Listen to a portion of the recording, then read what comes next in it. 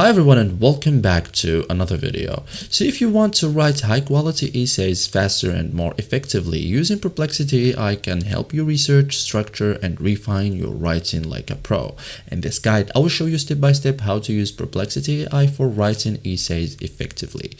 So first thing first, start with a clear topic. Okay, so for example, let's take an examples for topics. So for example, you can writes impacts of social media on students, for example, causes of climate change, for example, benefits of exercise on mental health. Okay, so be specific because clear topic equals better essay. Okay, use academic mode for research, so select academic focus mode. Okay, for example, explain a certain topic with scientific evidence. Okay, get research-based information and reliable sources. Okay, because that's a strong foundation. Okay, you can generate an essay outline. So ask, for example, create an essay outline for this topic. Okay, and you will get introduction, body paragraphs, conclusion. Okay, because the structure is the first. Okay,